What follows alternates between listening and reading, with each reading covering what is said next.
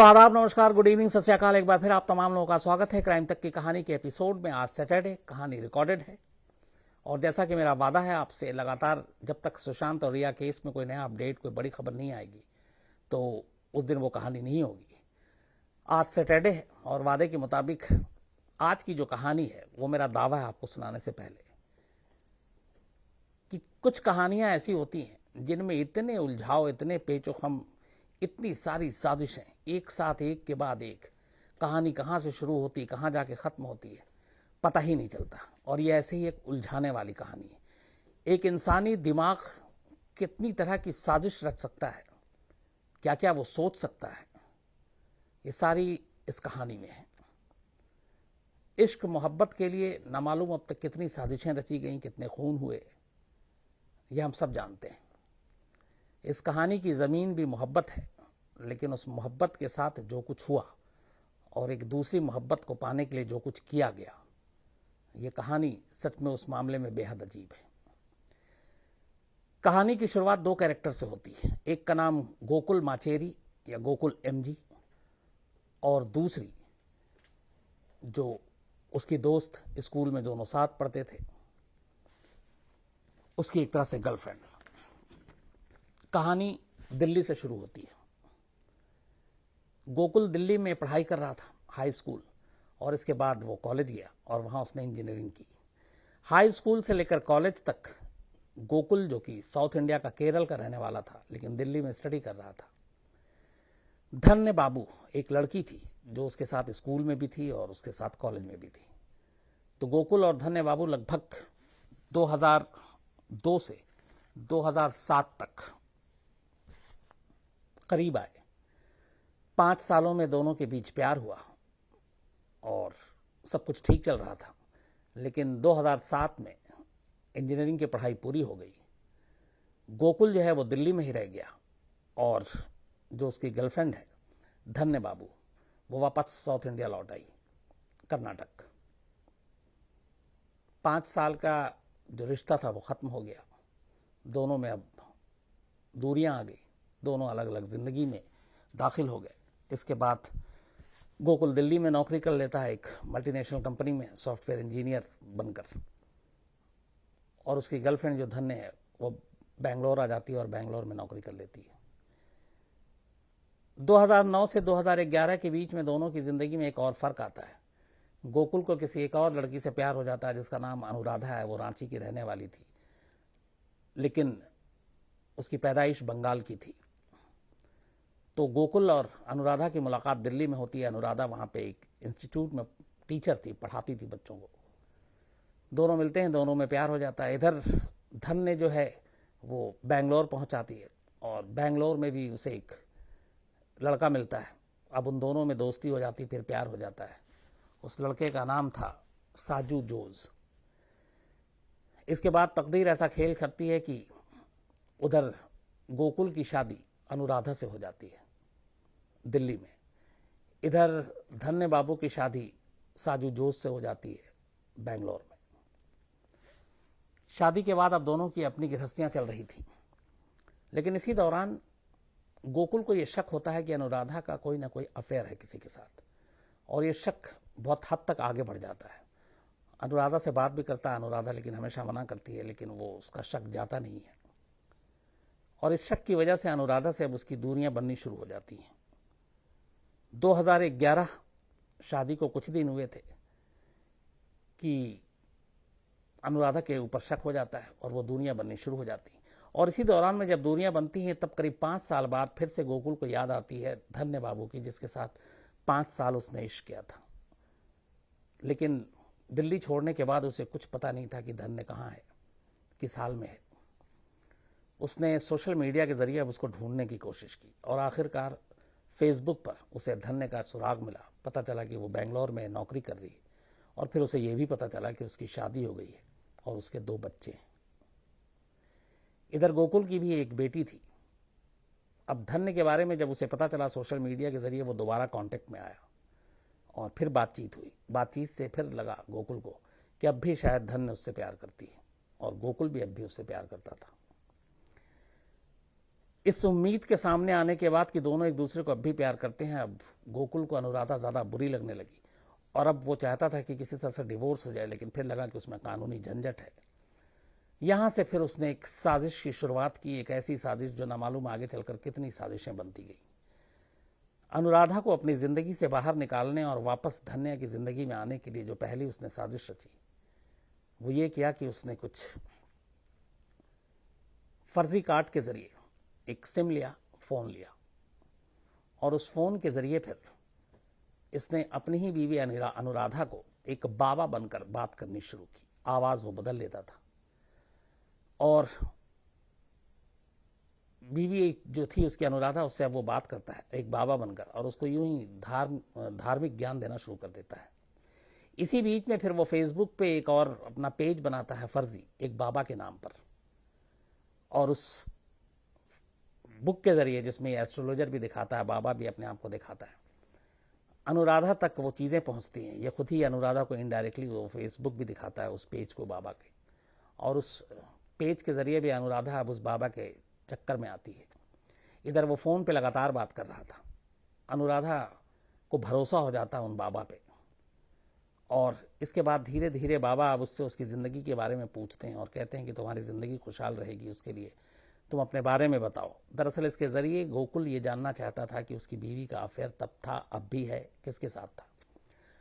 Trust इतना कायम हो गया था बाबा के साथ, वो इतने ज़्यादा झांसे में आ गई थी कि अनुराधा ने बाबा से कन्फेस कर लिया कि उसका अपने ही इंस्टीट्यूट में एक स्टूडेंट के साथ इश्क था और उन दोनों के साथ संबंध भी थे।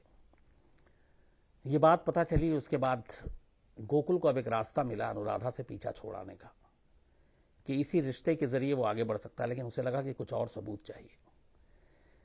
फिर धीरे धीरे वो और अनुराधा को चंगुल में लेता गया बाबा बनकर, और आखिर में फिर उसने कहा कि तुम्हारा अब भी जो पहला प्यार था तुम्हारा जिस स्टूडेंट के साथ, वो हमेशा कायम रह सकता है, और तुम्हारे पति गोकुल भी तुम्हारे साथ ही रह सकते हैं, और गोकुल कभी आपत्ति या ऑब्जेक्शन भी नहीं करेगा तुम दोनों के रिश्ते पे, अगर तुम मेरे कहे अनुसार कुछ करो और ख़ास पूजा करो। अनुराधा इसके लिए भी कन्विंस हो गई। कुछ यूं ही ऊट पटांग पहले उसको ज्ञान दिया, फिर एक दो पूजा भी वैसे ही कराई। फिर एक दिन अचानक उस बाबा ने, जो कि गोकुल ही था, अनुराधा को एक बात के लिए कन्विंस किया कि तुम अपनी एक न्यूड पिक्चर अपने बॉयफ्रेंड के साथ खींचो, और उसके बाद एक ख़ास पूजा होगी, और इस पूजा के बाद ऐसा होगा कि अगर तुम्हारा पति भी तुम्हारे सामने आ जाए तो तुम्हारे बॉयफ्रेंड को लेकर उसके मन में कोई विरोध या वैसी चीज़ें नहीं आएंगी, और वो तुम्हारा पति हमेशा तुम्हारा पति रहेगा, तुम्हारे साथ ही रहेगा, तुम्हें छोड़ेगा भी नहीं, और तुम्हारा जो बॉयफ्रेंड है वो भी तुम्हारे साथ रहेगा। अनुराधा फिर झांसे में आ जाती है, एक होटल में रूम बुक करती है, अपने बॉयफ्रेंड को मिलाती है, अपने और बॉयफ्रेंड के साथ वो सारे जो रिश्ते थे उनको वो कैमरे में कैद कर लेती है। ये कैमरे में जो कैद हुआ ये फ़ोन गोकुल के हाथ में आता है, क्योंकि गोकुल ने इशारा बाबा उनके प्लान किया था। अब उसके बाद उसके हाथ सबसे एक जिंदा सबूत लग जाता है अपनी बीवी के कैरेक्टर को लेकर। अब उसे लगा कि डिवोर्स देने के लिए ग्राउंड काफ़ी है, लेकिन फिर वो कहता है कि डिवोर्स देने के बाद क्या पता कल को कुछ चीज़ें खुल जाएं, ये फेसबुक प्रोफाइल, ये फ़ोन, तो कहता नहीं, कुछ और सोचते हैं। तो ये साजिश को उसने वहाँ छोड़ा, लेकिन एक काम किया उसने ग्राउंड तैयार करने के लिए। अपनी ही पत्नी के वो सारे फोटोग्राफ्स उसने अपने ससुर, जो कि एक रिटायर्ड पुलिस अफसर थे, उनको भेज दिया। ससुर ने देखा तो अपनी बेटी पे जाहिर सी बात है उन्हें बहुत गुस्सा आया, और अपने दामाद पे बहुत ज़्यादा गर्व भी हुआ कि देखो ये सब कुछ जानता है फिर भी मेरी बेटी को अपने साथ रख रहा है, इसने छोड़ा नहीं। तो एक कॉन्फिडेंस, एक भरोसा अपने ससुर का उसने हासिल कर लिया इन तस्वीरों को दिखाकर। अब इसके बाद इसका पहला चरण पूरा हो गया था, वो डिवोर्स, उसको लगा कि कुछ गड़बड़ है। तब उसने फैसला किया पहली बार कि डिवोर्स से काम नहीं चलेगा, बीवी को रास्ते से ही हटाना पड़ेगा। लेकिन उससे पहले उसे अभी साजिश के कई और पहलू को बुनना था, जिस मकसद के लिए उसने ये सारी चीजें की थी। 2013 में बीवी के सारे फोटोग्राफ ससुर को भेजने के बाद 2014 में अब वो बेंगलोर पहुंच जाता है ट्रांसफर लेकर दिल्ली से, और बेंगलोर में सेम उसी अपार्टमेंट में फ्लैट लेता है जिस अपार्टमेंट में उसकी पुरानी एक्स गर्लफ्रेंड अपने पति और 2 बच्चों के साथ रह रही थी, यानी कि धन्य बाबू। एक ही अपार्टमेंट में, एक ही करीब आ जाता है, दोनों के रिश्ते अब और नजदीक हो जाते हैं। अब उसके सामने 2 चीजें थी, एक तरफ अपनी पत्नी थी और दूसरी तरफ अपनी प्रेमिका का पति। यहां से अब वो नई साजिश बुनता है। वो कोशिश करता है कि किसी तरीके से धन्य बाबू की जिंदगी से उसका पति जोज निकल जाए तो फिर वो उससे शादी कर ले। इसके लिए सबसे पहले अब वो एक नया मोबाइल और खरीदता है फेक आईडी से, और उसके बाद अब जोश को फोन करता है कि तुम्हारी पत्नी ठीक नहीं है, तुम उसे डिवोर्स दे दो, ये तुम्हारे लिए अच्छा होगा। जोश इसको सुनता है लेकिन मानता नहीं। दूसरी तरफ वो अपनी प्रेमिका को भी फोन करता है और मैसेजेस देता है उस नंबर से कि तुम इसको छोड़ दो, ये तुम्हारे लिए सही नहीं है और तुम्हारी जिंदगी ठीक ठाक चलेगी। वो भी नहीं मानती है। बात जब यहां से बनती नहीं है तब वो फिर एक नया साजिश बुनता है। वो एक फेसबुक अकाउंट क्रिएट करता है ISIS के नाम पर, इस्लामिक स्टेट के नाम पर, और इस फेसबुक की जो पूरी आईडी और ये सब कुछ बनाता है ये अपनी प्रेमिका के पति के नाम पर, मतलब उसकी जो डिटेल जानकारी थी, नाम छोड़कर बाकी सारी चीजें, वो उसमें वो डाल देता है। इस तरीके से असल में वो ये दिखाना चाह रहा था कि उसकी जो प्रेमिका है धन्य बाबू, उसका जो पति है साजू जोज, वो एक IS मिलिटेंट है और इसको लेके वो सारी चीजें पोस्ट करता है। उसे लगता है साइबर सेल की नजर पड़ेगी और साइबर सेल जो है जोज को उठा लेगी, लेकिन होता कुछ नहीं। साइबर सेल का ध्यान भी नहीं जाता, वो कोशिश करता रहता है लेकिन जोज तक पुलिस नहीं पहुंचती है। उसे लगता है ये साजिश बेकार है, फिर वो नया साजिश बुनता है। कहता है कि कुछ ऐसा करना है कि जिसके बाद अब ये सीधे सलाखों के पीछे जाए और सलाखों के पीछे जाने के बाद उसकी बदनामी हो, पत्नी उसकी छोड़ देगी और फिर मैं उसे हासिल कर लूंगा, उससे शादी करूंगा। ये साजिश उसने सबसे खतरनाक बुनी। चूंकि वो उसी अपार्टमेंट में रहता था, प्रेमिका से मिलता भी था, उस घर में कुछ ऐसे मौके मिले जहां से उसने साजू जोज के पासपोर्ट, आईडी और मार्कशीट, इन सब को चुराया, उनकी फोटोकॉपी की और उसके बाद वो सारी चीजें वापस भी रखा और फिर उन सारी चीजों से उसने एक नया सिम खरीदा, एक नया फोन खरीदा। ये साजिश जो सबसे खतरनाक साजिश था उसका पहला चरण था। जब ये सारी चीजें हो गई तो इस दौरान में फिर इसने वो बाबा के जिंदा किया जो इसने पहले फेसबुक पे बनाया था, और अनुराधा अब भी संपर्क में थी।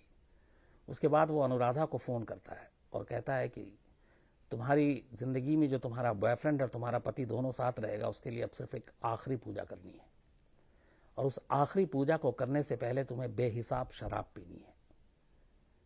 शराब पीने के बाद ये पूजा होगी, जब तक कि तुम बिल्कुल नशे में ना हो जाओ तुम शराब पीती रहोगी। अनुराधा ये बात मान लेती है। 28 जुलाई 2015 की बात है ये। रात को घर पहुंचता है गोकुल। अनुराधा पहले से ही बाबा ने बता रखा था। वो अपने पति से शराब की बोतल मंगाती है, उसका शराब पीना शुरू करती है। गोकुल भी थोड़ा पीता है और गोकुल को मालूम था क्योंकि साजिश उसी की थी, बाबा वही था। शराब पीते पीते रात के 12:30 बज जाते हैं। साजिश ये गहरी थी कि इसके बाद जो कुछ होना था उसकी आंच गोकुल पे ना आए, इसलिए शराब पीने के दौरान जब वो बेहद नशे में हो जाती है अनुराधा और ऊट पटांग बातें करने लगती है, तब गोकुल अपने मोबाइल से अपनी प्रेमिका यानी कि धन्य बाबू को फोन करता है।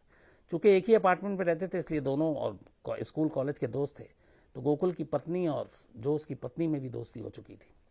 उसके बाद बात करते करते वो अपनी बीवी अनुराधा को फोन पकड़ा देता है। अनुराधा धन्य से बात करती है, जोश से भी बात कराता है, ताकि ये लगे कि देखो ये लोग शराब पी रहे हैं, नशे में हैं। वो बताता भी है कि आज इसने बहुत ज्यादा आउट हो गई है। जब सब कुछ ये हो जाता है, बात हो जाती है, तो ये होता है कि हाँ चलो, ये दोनों साथ थे, रात को बात हुई। फोन काटने के बाद नशा अब चढ़ चुका था अनुराधा पर। गोकुल उठता है, घर के अंदर एक गणेश जी की मूर्ति थी, 2 फीट लंबी करीब, पीतल की, वजनी थी। वो उठाता है और अनुराधा के सर पे वार करता है। 2 वार करता है, अनुराधा नीचे बेड पे गिर जाती है। इतनी देर में दूसरे रूम से उसकी 3 साल की बेटी की रोने की आवाज़ आती है। वो उस रूम में चला जाता है, देखता है बेटी जाग चुकी है। वो जाकर बेटी को सुलाता है। बेटी को सुलाने के बाद वो फिर थोड़ी देर के बाद जब बेटी सो जाती है, वापस बीवी के कमरे में आता है, देखता है अनुराधा बिस्तर पे पड़ी है। बट उसे यकीन नहीं था कि वो मर चुकी है। वो फिर से गणेश जी की मूर्ति उठाता है, तीसरा वार करता है पूरे जोर से बीवी के सर पर। फिर चेक करता है, सांसें बंद हो चुकी थी। जब सारी चीज़ें हो गई, इसके बाद वो थोड़ा और इंतज़ार करता है। इसके बाद अपने सास और ससुर को फ़ोन करता है कि अनुराधा नशे में गिर गई और टेबल के ऊपर जो गणेश जी की मूर्ति थी वो सर में और बाकी चीज़ें चोट लग गई और हॉस्पिटल लेकर भाग रहा हूँ, आप लोग आ जाइए। भाग के सब आते हैं, उसको हॉस्पिटल ले जाया जाता है। लेकिन हॉस्पिटल में अनुराधा को मुर्दा करार दिया जाता है। पुलिस आती है, छानबीन करती है, जांच होती है, पोस्टमार्टम रिपोर्ट आती है। पोस्टमार्टम रिपोर्ट में पता चलता है कि अनुराधा के सर पे 3 गहरे वार हैं और ये वार गिरने से या टेबल के उससे लगने से नहीं हो सकता है, ये किसी ने हिट किया है। पुलिस इस शक में गोकुल को उठा लेती है क्योंकि उस घर में और कोई था नहीं। लेकिन जैसे ही पुलिस गोकुल को उठाती है, ढाल बनकर सामने कौन आता है? खुद अनुराधा के पिता यानी कि गोकुल के ससुर। वो पुलिस स्टेशन पहुंच जाते हैं और पुलिस के ऊपर भड़क पड़ते हैं कि आपने मेरे दामाद को कैसे पकड़ा? मेरा दामाद बहुत अच्छा है, मेरी बेटी बुरी थी, शराब के नशे में थी और मेरी बेटी का ये एक्सीडेंटल डेथ है, कत्ल नहीं है। पुलिस समझाती रही कि जो पोस्टमार्टम रिपोर्ट है उससे ऐसा लगता है कि इसको वार किया गया। पर जब बेटी के माँ बाप ही इस चीज़ को मानने को तैयार नहीं थे तो आखिरकार पुलिस भी मजबूर हो जाती है और इस केस को एक तरह से एक्सीडेंटल डेथ के तौर पर डिक्लेयर कर गोकुल को छोड़ देती है। गोकुल बरी हो जाता है, 2-3 दिन के अंदर ही बाहर आ जाता है। साजिश का पहला चरण पूरा हो चुका था, लेकिन असली काम अब बाकी था। उसकी अपनी बीवी उसके रास्ते से हट गई थी, अब अपनी प्रेमिका के पति को रास्ते से हटाने की बारी थी। साजू जोश के पासपोर्ट और आईडी कार्ड से उसने ऑलरेडी एक सिम खरीद लिया था, नया फोन खरीदा था। अब जो साजिश थी वो इस इश्क को पाने के लिए उसकी जिंदगी की सबसे बड़ी साजिश थी, कत्ल के बाद। सितंबर 2015 में उस फोन से और उस सिम से, जो एयरटेल का सिम था, जो उसने अपनी प्रेमिका के पति के नाम पे खरीदा था, सुबह 1:20 पर पहला कॉल करता है बैंगलोर एयरपोर्ट। बैंगलोर एयरपोर्ट पे कोई फ़ोन रिसीव नहीं करता। इसके बाद वो दूसरा फ़ोन करता है दिल्ली के इंदिरा गांधी इंटरनेशनल एयरपोर्ट पे। आईजीआई दिल्ली एयरपोर्ट पे फ़ोन रिसीव हो जाता है। जो फ़ोन उठाता है उसको ये जो चीज़ें कहता है वो ये था कि हमने 3 इंटरनेशनल फ्लाइट में बॉम्ब रखा हुआ है। मैं ISIS का मिलिटेंट हूं और ये तीनों प्लेन हवा में उड़ जाएंगे, रोक सकते हो तो रोक लो। इसके बाद उसने बाकायदा उन 3 फ्लाइट की डिटेल दी फोन पर। पहली फ्लाइट थी जो हांगकांग जा रही थी, ये जेट एयरवेज की फ्लाइट थी। दूसरी जो थी वो ज्यूरिक जा रही थी, ये स्विस एयरवेज की फ्लाइट थी। और तीसरी थी कैथवे पैसिफिक की फ्लाइट, जिसको भी हांगकांग जाना था। तो 2 फ्लाइट हांगकांग जाने की और एक ज्यूरिक जाने की, तीनों इंटरनेशनल फ्लाइट में बॉम्ब रखने की इसने बात की। इसके बाद जब फोन काटा, फिर इसने बैंगलोर एयरपोर्ट पर फोन उठाया नहीं तो इसने मैसेज किया, और व्हाट्सएप मैसेज में इसने जो लिखा वो ये था कि Lufthansa Airways flight number LH755, Saudi Arabia airlines flight number SV5643 और एयर फ्रांस AF191, इन तीनों में बॉम्ब रखा और इन तीनों को हवा में उड़ा देंगे। ये व्हाट्सएप मैसेज भेजा। दिल्ली पे ये फोन आते ही खलबली मच गई, बैंगलोर में ये मैसेज पढ़ते ही हंगामा हो गया। इनमें से 2 प्लेन ऑलरेडी टेक ऑफ कर चुके थे। दोनों प्लेन को फौरन मैसेज दिया गया और उनको वापस बोला गया कि आप फटाफट वापस ग्राउंड हो जाइए, रनवे पर लाइए। दोनों प्लेन इमरजेंसी मैसेज, बॉम्ब की खबर, वापस एयरपोर्ट की तरफ मुड़ जाते हैं। तीसरी फ्लाइट जो कैथवे पैसिफिक की थी, जो इंदिरा गांधी इंटरनेशनल एयरपोर्ट से उड़ रही थी, वो अभी ग्राउंड पे ही थी, बस उड़ान भरने वाली थी। आनन फानन में उसको भी रोका जाता है और उसको एक एयरपोर्ट के कॉर्नर में ले जाया जाता है। पूरे पैसेंजर को उतारा जाता है और पूरे फ्लाइट की तलाशी ली जाती है। इस दौरान में धड़कते दिल के साथ वो जो बाकी दोनों प्लेन थे वो भी लैंड करते हैं। सारे पैसेंजर को आनन फानन निकाला जाता है। फायर ब्रिगेड की गाड़ियां और तमाम लोग, बॉम्ब स्क्वाड वहां पे पहले से मौजूद थे। दोनों प्लेन की तलाशी ली जाती है। बॉम्ब कहीं नहीं मिलता। राहत की सांस ली जाती है क्योंकि तीनों प्लेन में जिसकी खबर दी गई थी कि बॉम्ब है, वहां कोई बॉम्ब नहीं था। अब इसके बाद एयरपोर्ट अथॉरिटी उस नंबर को खंगालती है जिस नंबर से कॉल आया था। दिल्ली में आईबी की टीम से लेकर बाकी सारी टीमें एक्टिव हो गई थी, अलर्ट हो गई थी। ये लगा किसी मिलिटेंट का काम है, और चूंकि आईएसआईएस का नाम था तो खतरा बड़ा था। लेकिन शुक्र यह था कि प्लेन में बॉम्ब नहीं था। अब कॉल करने वाले ने जिस नंबर से कॉल किया था वो नंबर ऑलरेडी रिकॉर्ड था। उस नंबर को ढूंढा गया तो पता चला कि ये नंबर बैंगलोर के एक सॉफ्टवेयर इंजीनियर का है जिसका नाम साजू जोजे है। पुलिस की टीम फौरन साजू जोजे के घर पहुंचती है, उसे अरेस्ट कर लेती है, उठाकर उसे पुलिस स्टेशन ले जाती है। घर में उसकी बीवी, धन्य बाबू और उसके 2 बच्चे, वो रोने बिलखने लगते हैं कि क्या हुआ। इस दौरान में पुलिस की टीम घर की तलाशी भी लेती है, और उस तलाशी के दौरान जोजे के घर से एक जो नमाज पढ़ने के लिए मुस्लिम टोपी होती है, वो, एक चाकू, ये भी बरामद होता है। इसके बाद पुलिस उसको ले जाती है। बट हैरत की बात यह थी कि वो ले जाती है और वो फोन नहीं मिला था जिस फोन से ये कॉल किया गया था एयरपोर्ट को। अब पुलिस ये भी देख रही है कि फोन अब भी एक्टिव है, स्विच ऑफ नहीं है। और इत्तेफाक से और हैरानी होती कि पुलिस की टीम जब वहां पहुंची उस अपार्टमेंट में, तो उसका लोकेशन उसी अपार्टमेंट में दिखा रहा है, लेकिन जोजे के घर से वो फोन नहीं मिला। जोजे का अपना फोन मिला, वो पुलिस ने कस्टडी में ले लिया, लेकिन जिस फोन से कॉल किया गया एयरपोर्ट पे धमकी के लिए, वो फोन लगातार एक्टिव, उसी टावर में एक्टिव, उसी बिल्डिंग में एक्टिव, पर फोन पुलिस के हाथ नहीं लग रहा है। पुलिस भी परेशान, ढूंढी जितना ढूंढ सकती थी, उसके बाद निकल गई। पुलिस के जाने के बाद अचानक अब गोकुल पहुंचता है जोजे के घर, यानी अपने गर्लफ्रेंड के घर। अपने आप को वो पूरी तरह से दिखाता है कि कितना परेशान है इस तरीके से उसके पति के साथ जो कुछ हुआ। पत्नी रो रही है, बच्चे भी रो रहे हैं। फिर वो उनको दिलासा देता है और कहता है चलो हम पुलिस स्टेशन में सच्चाई पता करते हैं कि क्या है। इसके बाद वो जोजे की गाड़ी में ही बैठाकर अपनी गर्लफ्रेंड और उनके दोनों बच्चों को पुलिस स्टेशन की तरफ लेकर बढ़ता है। इधर पुलिस अब भी उस मोबाइल पे कॉल लगातार मिला रही है। अगली बार जब घंटी बजती है तो इस बार पुलिस चूंकि ट्रैक पे था, उसको सर्विलांस पे, तो देखती है कि मोबाइल मूव कर रहा है। अब जब मोबाइल मूव कर रहा है, वो इसकी वजह क्या हो सकती है, तो पुलिस उस मूवमेंट के थ्रू ट्रेस करती है। तो पता चला कि मोबाइल एक कार में है, और पता चला कि वो कार जो है वो उसी जोजे का है जिसको पुलिस उठा कर ले गई है। तो जोजे पुलिस स्टेशन में है, लेकिन उसकी कार उसका दोस्त इस्तेमाल कर रहा है, गोकुल। पुलिस कार रोकती है, कार की तलाशी लेती है। कार के नीचे, कारपेट के नीचे से एक फोन मिलता है, और ये वही फोन था जिस फोन से एयरपोर्ट को कॉल किया गया था। अब जोजे के कार से ये फोन बरामद हुआ तो जोजे के खिलाफ और भी पुख्ता सबूत मिला। पुलिस वो फोन लेकर आई, जोजे को दिखाती, वो नंबर दिखाती, वो साफ मना कर देता, कहता है कि मेरा ये फोन ही नहीं है ना, मेरे पास ये नंबर है। लेकिन पुलिस कहती है कि आपके आईडी से बाकायदा ये फोन खरीदा गया है और ये सिम कार्ड भी खरीदे गए। जोजे साफ मना करता है। इसके बाद पुलिस उस सिम कार्ड और फोन कहां से खरीदे गए उसकी जांच करती है। उस शॉप तक पहुंचती है, शॉप वाले को जोजे का फोटो दिखाती है, वो कहता नहीं ये साहब नहीं थे। तभी पुलिस को एक ऐसा क्लू मिलता है जो पूरी कहानी खोल देती है।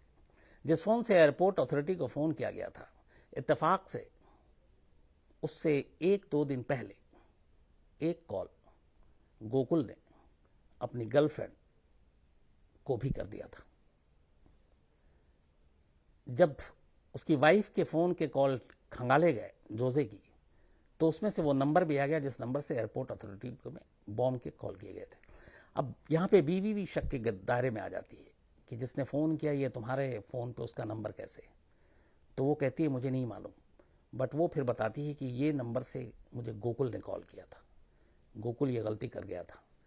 इसके बाद गोकुल को पुलिस उठाती है, उससे पूछताछ करती है। इस दौरान में मोबाइल वाले ने भी बयान दे दिया कि हाँ जिसने सिम कार्ड और फ़ोन ख़रीदा था ये गोकुल था, ना कि जोजे था।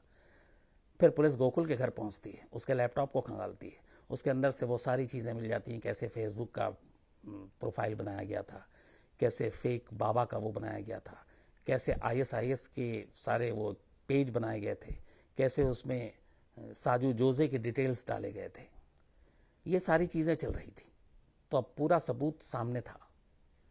पुलिस को यकीन हो गया कि इसमें साजू जोजे या उसकी वाइफ धन्य का कोई रोल नहीं है, बल्कि असली खिलाड़ी गोकुल है। अब कहानी सुनने की बारी थी।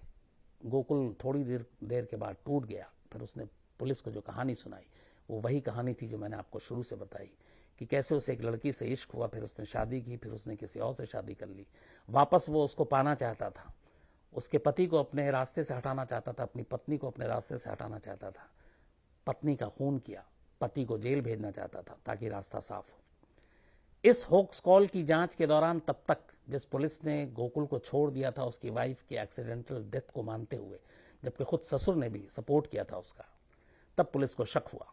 उसके बाद फिर केस खुला उसकी वाइफ का, पूछा गया, फिर उसने एक्सेप्ट कर लिया। उसने कहा मैंने अपनी बीवी का भी कत्ल किया था।